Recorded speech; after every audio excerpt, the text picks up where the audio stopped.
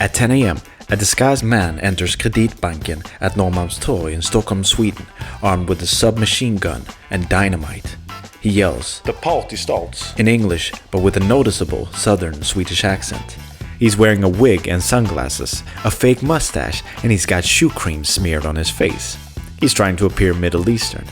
He fires off some rounds into the ceiling. One of the tellers presses the alarm button and the police respond. But the robber doesn't go for the money and try to escape. Instead, he takes 3 women hostage and waits patiently for the police. He has a plan. Alright, let's set the scene. It's the 70s, Sweden, population 8 million. One of the biggest news stories of the decade is the Battle of the Elms. Demonstrators rally to save a bunch of trees for being cut down to make room for a subway station. The protesters ultimately win, and the Elms live to fight another day. The Swedish dish Flygande Jakob is invented. It's chicken, banana, bacon, cream, chili sauce, peanuts, and Italian seasoning mixed into one tray and baked in the oven. It's all the rage, and everyone tries it. It's horrific. Basically, Sweden is one big village where not much happens, and when something does happen, it's usually something goofy. We get color TV for the first time, but we only have 2 channels, and both are state-run, and they only broadcast between 6 and 11 p.m. Nevertheless, we get a look at the new fashion trends of wide pants and long hair. Even the criminals get on board, and the men who used to go to prison looking like this, now look like this. The man in the picture is Clark Olofsson. He's a notorious criminal, dubbed Sweden's first pop gangster, and in 1973, he's just been captured 7 months after escaping from prison. During that time, he's managed a long vacation on the Canary Islands and robbing a bank before being apprehended. He's returned to prison to continue serving his 6-year sentence for robbery, bank robbery, and the attempted murder of a police officer. It looks like he's going away for a long time. But on Thursday morning, August 23rd, 1973, that would all change. Back at the bank, a squad car has just arrived. When the 2 officers walk into the bank, the masked robber opens fire, hitting one of the officers in the hand. They retreat. More police officers then arrive, and they set up a command center. It looks like this is going to be a standoff. They try to send officers into the bank once again. They start shooting, and the robber returns fire. So the police decide to call into the bank, and the robber answers. He has the following demands: $3 million in cash, a Ford Mustang like the one Steve McQueen's got in the movie Bullet, and notorious criminal Clark Olofsson released from prison and brought to the bank. The police forward the demands to Prime Minister Olof Palme and Minister of Justice Lennart Gale. Their response? Yeah, give him what he wants. Clark Olofsson is promptly picked up from Norrköpingsanstalten, and after being promised a certain deal if he can stop the robbery, he is driven to Norrmalmstorg, where reporters have gathered outside the bank. They're broadcasting live TV, and for the first time in Swedish history, there's going to be 24-hour live news coverage. Meanwhile, the police are busy doing 3 things. They're trying to find out who the mysterious robber is. They're giving live interviews on TV and radio on every move they're going to make, and they're trying to find different ways to get into the bank to subdue the robber. But he seems to be 1 step ahead of them at every turn. Is he clairvoyant? No, he's just listening to the police being interviewed on the radio. Genius. The police decide to search Clark Olofsson's known associates, and their eye lands on Kai Hansson, his former partner in crime, a bank robber from the south of Sweden. That explains the accent. And he's currently on the run from prison. Got him.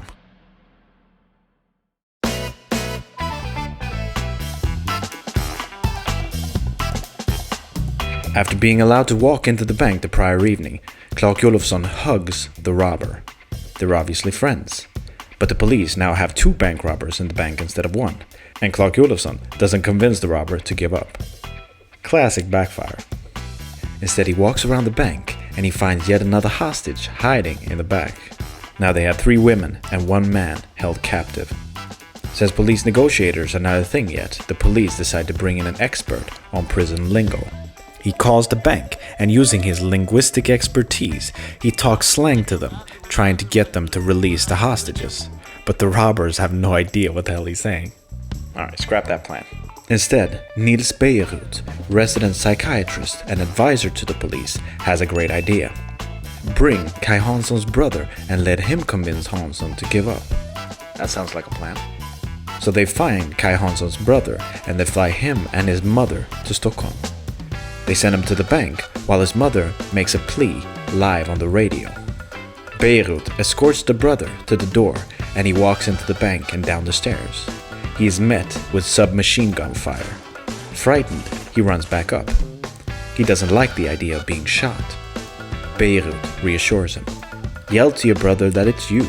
Your brother wouldn't shoot you. So he walks down the stairs again, only to have bullets whiz by inches from his face and hit the concrete wall behind him. The robber yells, "Get the fuck out of here." Beirut is confused. What's going on? But then the phone at the command center rings. It's Kai Hansson. He is calling from a beach in Hawaii, and he is very much not the robber. Oops. We almost got a man killed. Furthermore, he doesn't appreciate his name being besmirched, even though he is a bank robber, on the run from a prison sentence for bank robbery. He's promptly arrested by American police and brought back home. So who's the robber? The police have been so focused on Kai Hansson that they've ignored a tip about another potential suspect. His name is Jan-Erik Janne Olsson, a 31-year-old small-time criminal from Ekeby. That's the south of Sweden. That checks out. This time, they really have got the right guy. But why is he robbing a bank? Well, Janne Olsson has just spent a year in prison with Clark Olofsson. He loved the cool stories about bank robberies that Clark Olofsson would tell him. So obviously, the best thing to do is break him out of prison and go on a bank robbery tour across the country. They're off to a bad start.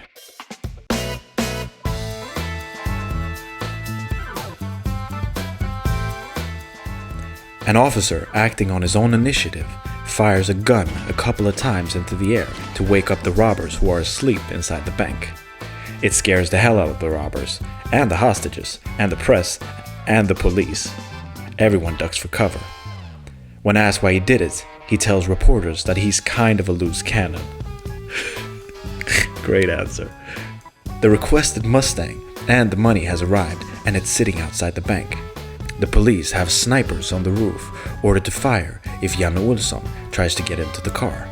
Which is illegal. You can't just shoot somebody who's running away if they're not risking somebody else's life.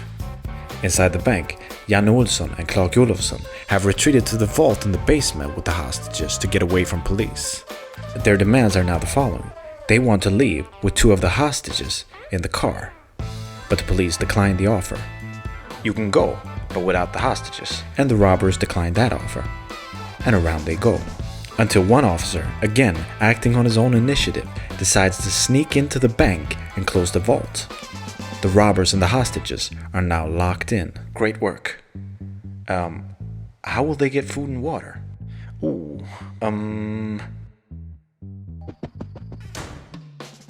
The press, thirsting for new information during their broadcast, realize that there is a phone in the vault. They call and talk to the robbers and the hostages live on TV. One of the hostages then uses the phone to call the Prime Minister. His secretary answers and says he's asleep, but she's gonna wake him up. When he gets to the phone, one of the hostages asks him to let the robbers leave with her in the car. He declines. She explains that the police's erratic behavior is making her feel more unsafe than the robbers are. Our dear Prime Minister finally says that they don't negotiate with criminals, but wouldn't it feel good to die at your post? Like she's in the military, she works at a fucking bank. She doesn't appreciate this, obviously, and she says if you don't want to give the robbers what they want, then you can come down here and trade places with us. Thank you and goodbye. And then she hangs up the phone. Unsurprisingly, Prime Minister Palme doesn't show up to trade places with the hostages.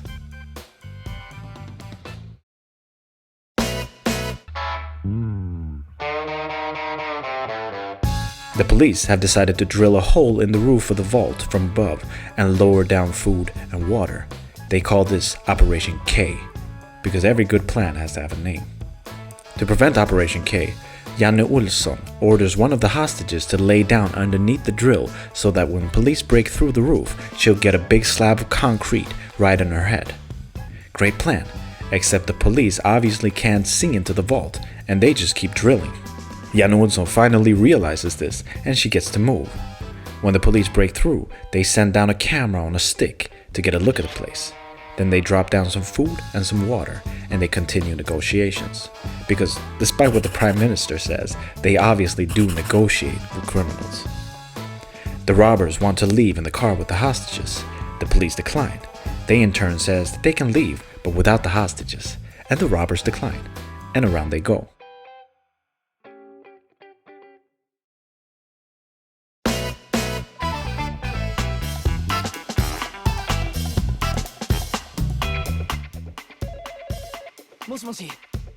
You guys want to come out? Can we bring the hostages? No. Okay, then no.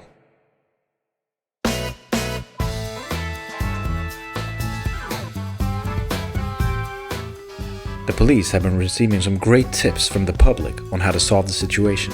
One person suggests sending a swarm of hornets into the vault, another to fill it with ping pong balls so they can't move, and yet another to toss a hand grenade down there. That'll stop the robbers. And finally, Mikael, age 10, writes a letter to the police suggesting that they stand over the hole with a gun and shoot the robber when he walks by. But the robbers, as always, are one step ahead. When a young officer stands above the hole, Janne Olsson fires a shot, hitting him in the hand and the face. He lives. That's it. The police have had it, and they decide to use gas to subdue the robbers. What kind of gas? It's never been established. The police don't want to say. Hey, are we sure this gas isn't gonna kill everyone in the vault? Well, the gas is deployed through the hole in the roof, and within seconds, the robbers surrender. Two officers with no shirts on, I don't know why, open the vault door and they capture Janne Olsson and Clark Olofsson. And the whole ordeal comes to an end after 6 days. In the aftermath, the following happens. It's discovered that an unknown amount of money is missing from the vault. Nils Beirut explains that since the female hostages sided with the robbers, were okay with going with them in the getaway car, and seemed to be afraid of the police, they were obviously in love with the robbers, and thus the Stockholm Syndrome was created. Janne Olsson was sentenced to 10 years in prison for the robbery. Clark Olofsson was sentenced to 5.5 years in prison for the robbery. Upon appeal, he was acquitted when it was discovered that the police had promised him a certain deal. If you make sure that no hostages are hurt, you'll get a 6-week furlough from prison. You can rob a bank and flee the country if you want to. That's what they actually said.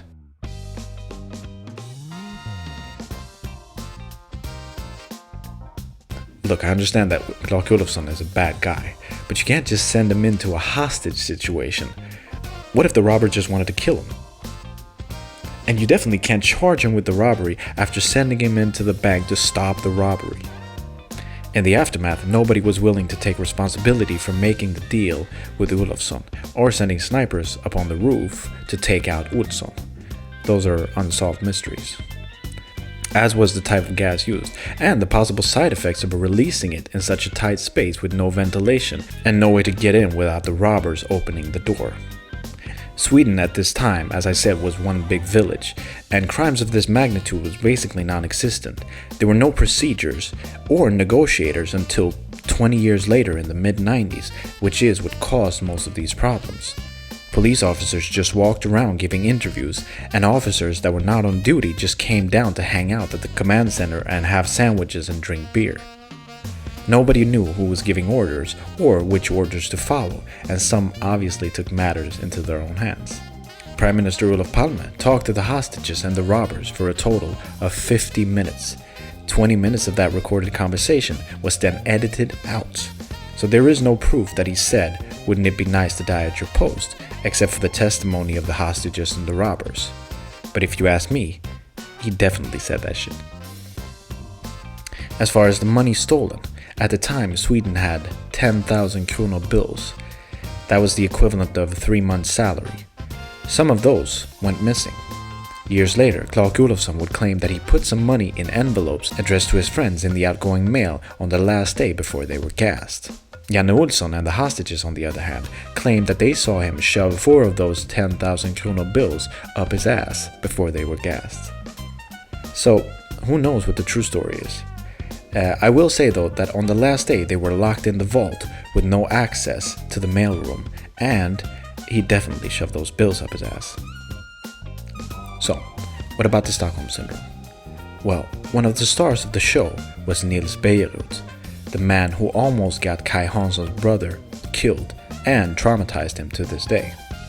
He was very much involved in giving tips based on his analysis of the robber's psyche throughout the whole drama. And when the whole ordeal was over, he diagnosed the hostages with what he called Norrmalmstorgssyndromet, which would later become the Stockholm Syndrome, a condition where captives develop positive feelings and a psychological bond with their captors. The problem with his diagnosis is that he never actually met or even talked to any of the victims, and one of the hostages, Christine Enemark, publicly criticized Bejerot, saying that she didn't develop any psychological bond with the robbers at all. Being friendly and on their side was her strategy to avoid being hurt or caught in a crossfire, which actually worked. Janne Olsson later revealed that the bond he developed with the hostages made him unwilling to kill or hurt them. The Stockholm Syndrome isn't part of the DSM-5, but there was a 2008 literary review that revealed that most of the diagnoses of the Stockholm Syndrome are made by the media and not by psychologists or psychiatrists in therapy. The whole thing seems dubious at best, and it is definitely founded on a complete misunderstanding. Whatever the case regarding the validity of the Stockholm Syndrome may be, in this case, Bejerot got it exactly backwards. It wasn't the hostages that developed feelings for their captors, it was the other way around. And that's very lucky, since the police made severe and continuous lapses in judgment. That's all for this one. I've been John. I'll probably continue to be John. I love you very much for watching. I'll see you guys on the next one. Have a nice day. Oh, a Patreon plug. If you want to support me, donate to my Patreon, or you can become a member and like and subscribe and hit the bell button and do all that YouTube stuff. Have a nice day.